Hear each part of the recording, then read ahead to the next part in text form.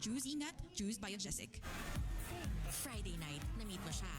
Tapos Sabado, kayo na. Normal yan. Gusto magka-baby. O gusto, ikaw ang bini-baby. Ang normal mo, normal yan. Ano man ang choice mo, pwedeng makatulong. Every Trust product purchase may ambag sa misyon namin gawing accessible ang family planning. Para same-same tayo in enjoying what matters to us. Trust. Want more? Ma'am? Sir? O ma'am, sir? Learn more at trust.ph. Trust. Different choices, same normal. Trust. Abot kayang family planning para sa lahat. GV Balita Express. GV Balita Express.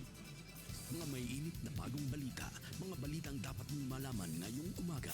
GV Balita Express. GV Balita Express. Mga balitang kinalap ng buong puwersa ng GV 99.9 Batangas. GV Balita Express. GV Balita Express. Mga balita sa loob at labas ng Timog Katagalugan. GV Balita Express. GV Balita Express. Narito na ang GV Balita Express.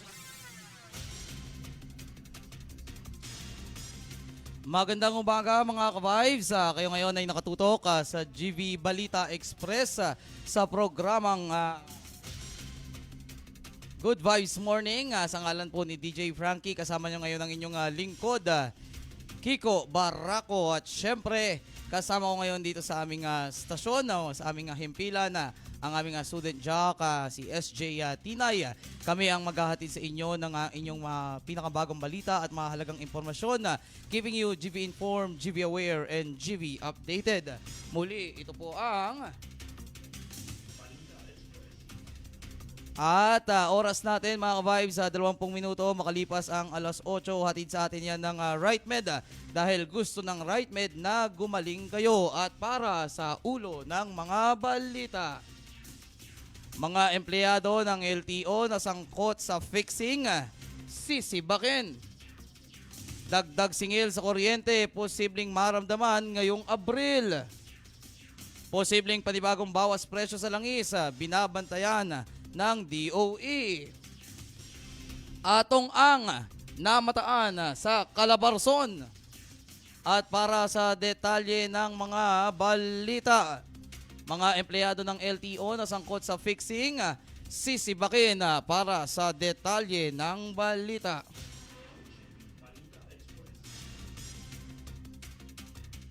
mahigpit na ipinag-utos ni Marcos Lacanilaw, hepe ng Land Transportation Office, ang garang pagsibak sa mga empleyadong mapapatunayang sangkot sa fixing.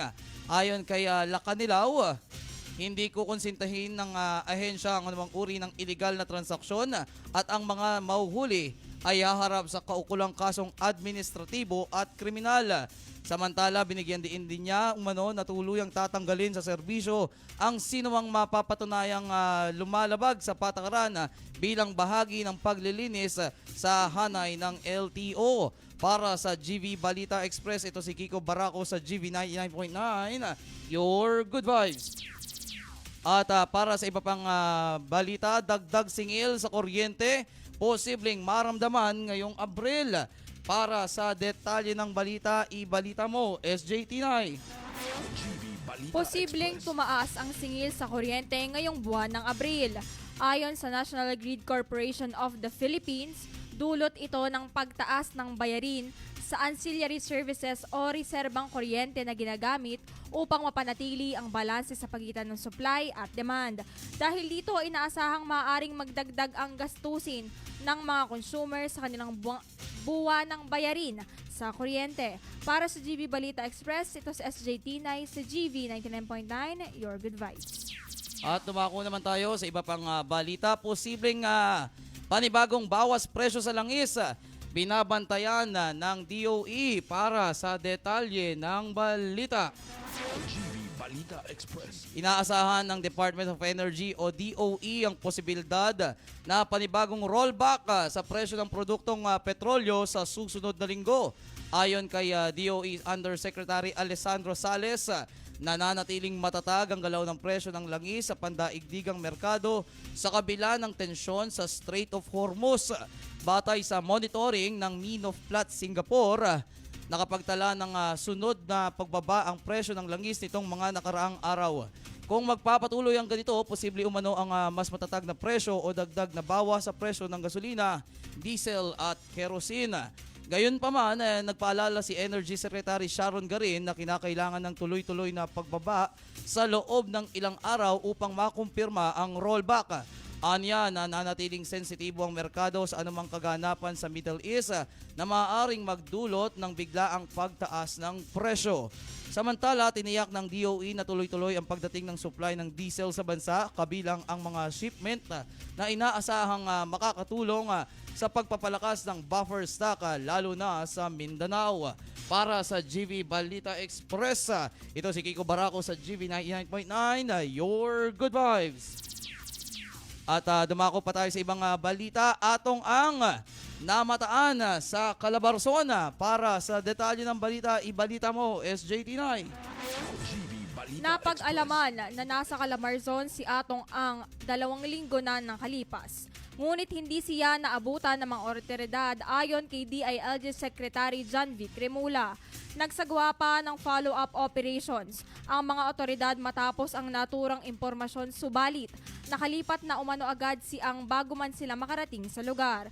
Samantala, maliit lamang umano ang kanyang grupo na binubuo ng 3 katao at palipat-lipat sila ng kanilang tinutuluyan upang maiwasan ang posibleng pagkakadakip.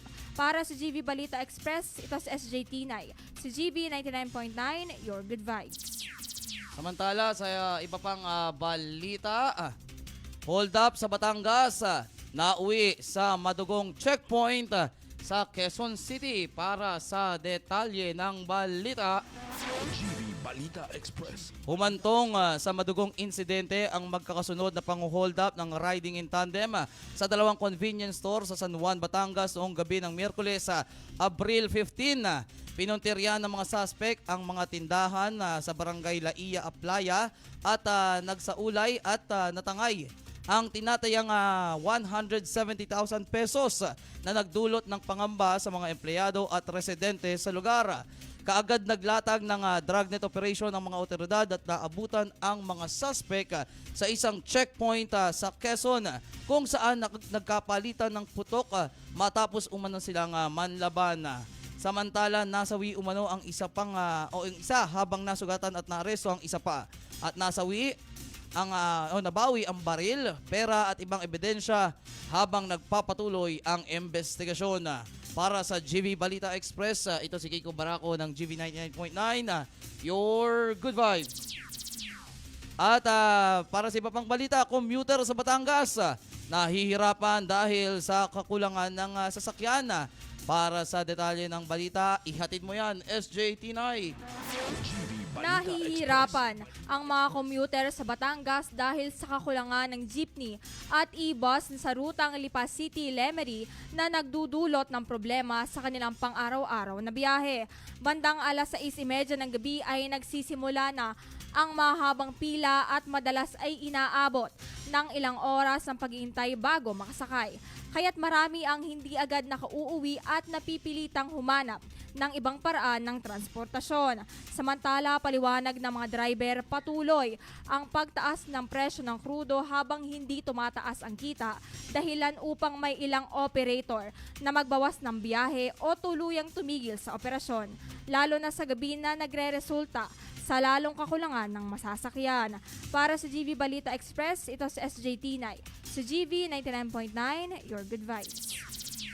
Samantala, 5 Batanggenyo formal na kinilala bilang bagong story accredited tour guides. Para sa detalye ng balita, GV Balita Express. formal nang kinilala bilang bagong Department of Tourism accredited regional tour guides ang 5 Batanggenyo matapos ang 30 araw na pagsasanay mula Pebrero 9 hanggang Marso 11. Sa training, hinasa ang kanilang kaalaman sa kasaysayan, kultura at pamana ng Batangas, pati na rin ang kanilang kakayahan sa pagbibigay ng world-class na serbisyo sa mga turista. Ang kanilang sertifikasyon ay simbolo ng kanilang kahusayan bilang storytellers at tourism ambassadors na inaasahang magpapalakas ng turismo at promosyon ng kulturang Pilipino. Para sa GV Balita Express, ito si Kiko Barako sa GV 99.9, your good vibes. At para naman sa iba pang balita, libu-libong sisiw ipinamahagi sa pangkabuhayan program sa Batangas City. Sa detalye ng balita, hatid sa atin ni SJ Tinay. GV Balita Namahagi Express. naman ang pamahalaang lungsod ng Batangas ng kabuang 11,428 broiler chicken sa 229 na benepisyaryo mula sa 39 na barangay noong Abril 15 bilang bahagi ng programang pangkabuhayan. Isinagawa ang distribusyon sa ilalim ng Office of the City Veterinarian kung saan bawat benepisyaryo ay nakatanggap ng tig 50 sisiw kasama ang kaukulang antibiotic bilang suporta sa kanilang pag-aalaga. Bago ang pamamahagi, sumailalim muna sa oryentasyon ang mga benepisyaryo tungkol sa tamang pag-aalaga ng broiler chicken habang nakatakda namang ipagpatuloy ng Veterinary Services Division ang monitoring upang matiyak ang maayos na pagpatupad ng programa. Para sa GV Balita Express, ito sa SJ Tinay sa GV 99.9, your good vibes. At dumako naman tayo sa iba pang balita mga ka-vibes. PSA Mobile Outlet umarangkada sa Tanawan City, Batangas. Ang iba pang detalye ng balita. GV Balita Express. Nagsagawa ang Philippine Statistics Authority ng Mobile Civil Registry Outlet sa Tanawan City, Batangas noong Abril 15. Ayon sa ahensya, bahagi ito ng kanilang layunin na mas mailapit ang mga serbisyong tulad ng pagkuha ng birth certificate, iba pang mahalagang papeles at national ID registration sa mga mamamayan kabilang na ang mga nasa karatig na lugar. Samantala, tinatayang nasa 115 dokumento ang kanilang naasikaso at naipamahagi sa loob ng isang araw. Para sa GV Balita Express, ito si Kiko Barako sa GV 99.9, your good vibes. At dumako naman tayo sa iba pang balita, programang Balik Guro. Tinutulungan ng OFWs makabalik sa pagtuturo. Para sa detalye ng balita, hatid sa atin ni SJ Tinay. GV Balita Express. Pinagtutulungan ng Department of Education at Department of Migrant Workers ang pagbabalik ng mga overseas Filipino workers sa larangan ng pagtuturo sa bansa. Sa inilunsad na Balikbayan Manggagawa National Integration Network Fair sa Calabarzon noong Abril 13, ipinakilala ang iba't ibang programang tutulong sa mga gurong nagtrabaho sa abroad upang muling makapagturo sa Pilipinas. Ayon sa DMW, layunin ng mga programa na tulungan ang mga ladpassers na OFWs na maipagpatuloy ang kanilang propesyon matapos ang ilang taong pagtatrabaho sa ibang bansa. Ibinahagi ng ilang benepisyaryo na naging malaking tulong ang programa sa kanilang pagbabalik sa DepEd dahil mas naging maayos at hindi na komplikado ang kanilang aplikasyon. Sa kabuuan, layunin ng inisyatibong ito na maibalik ang husay at dedikasyon ng mga gurong Pilipino sa loob ng bansa para sa kapakinabangan ng mga mag-aaral. Para sa GV Balita Express, ito si SJ Tinay sa GV 99.9, your good vibes. At dumako naman tayo mga ka-vibes sa weather update. Publiko, binigyang babala hingil sa posibleng epekto ng El Nino. Para sa detalye ng balita, GV Balita Express. mga ka-vibes, pinapayuhan ng Philippine Atmospheric Geophysical and Astronomical Services Administration o PAG-ASA ang publiko na maghanda sa posibleng epekto ng El Nino. Ayon sa ahensya, may mataas na tsansa na umabot na sa 72% na maranasan ang katamtaman hanggang malakas na El Nino mula huling bahagi ng taon hanggang unang bahagi ng 2027. Kaugnay nito, posible ring itaas ang El Nino Alert ngayong buwan kung saan inaasahang mararamdaman ang epekto nito mula Hulyo hanggang Setyembre. Gayunpaman, ipinaliwanag ng PAG-ASA na ang El Nino ay nagdudulot ng mas mainit na temperatura at kakulangan sa ulan na maaaring humantong sa tagtuyot.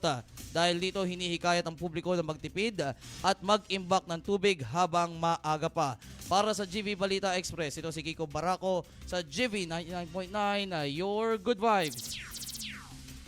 At para naman sa ating Good Vibes Balita, libreng wifi ilulunsad sa isla ng Tingloy, Batangas. Sa detalye ng balita, ihatid mo yan, SJ Tinay. GV Balita DJ Kiko, Express. formal na ngang inilunsad ang libreng internet access sa isla ng Tingloy, Batangas, kasabay ng turnover ng ICT equipment para sa Digital Library at Digital Transformation Center. Pinangunahan ang aktibidad ng pamahalaang panlalawigan ng Batangas, katuwang ang Department of Information and Communication Technology, Region 4A. Ayon sa lokal na pamahalaan, mahalaga ang digital connectivity upang mapalawak ang oportunidad sa edukasyon, kabuhayan at serbisyong pampubliko, lalo na sa mga isla at malalayong lugar. Layunin ng proyekto na matiyak ang libreng public internet access sa Tingloy at mapalakas ang ugnayan ng komunidad sa makabagong teknolohiya bilang bahagi ng programang HEARTS ng pamahalaang panlalawigan. Samantala, kasabay nito, inulunsad din umano ang Spark Technical Training Program na magbibigay ng kaalaman sa teknolohiya sa mga residente. Para sa GV Balita Express, ito si SJ Tinay. Sa GV 99.9, your good vibes. At yan ang kabuuan ng ating mga balita sa umagang ito, mga ka-vibes. Hatid sa atin yan ng Lipa Medics Medical Center. Pwede nyo silang i-follow sa kanilang social media account sa Facebook, Lipa Medics Medical Center, at sa kanilang Instagram na at Lipa Medics Medical Center. You may also check out their website at lipamedics.com. At sa ngalan po ni DJ Frankie na kasama nyo ngayong umaga para sa GV Balita Express, Kiko Barraco at kasama ko dito sa aming himpilan na si SJ Tinay. Muli, tuloy-tuloy po ang inyong pakikinig para ikaw ay GV Informed, GV Aware at GV Updated dito sa most influential Good Vibes radio station, GV 99.9, your Good Vibes. GV Balita Express. GV Balita Express. Mga may init na bagong balita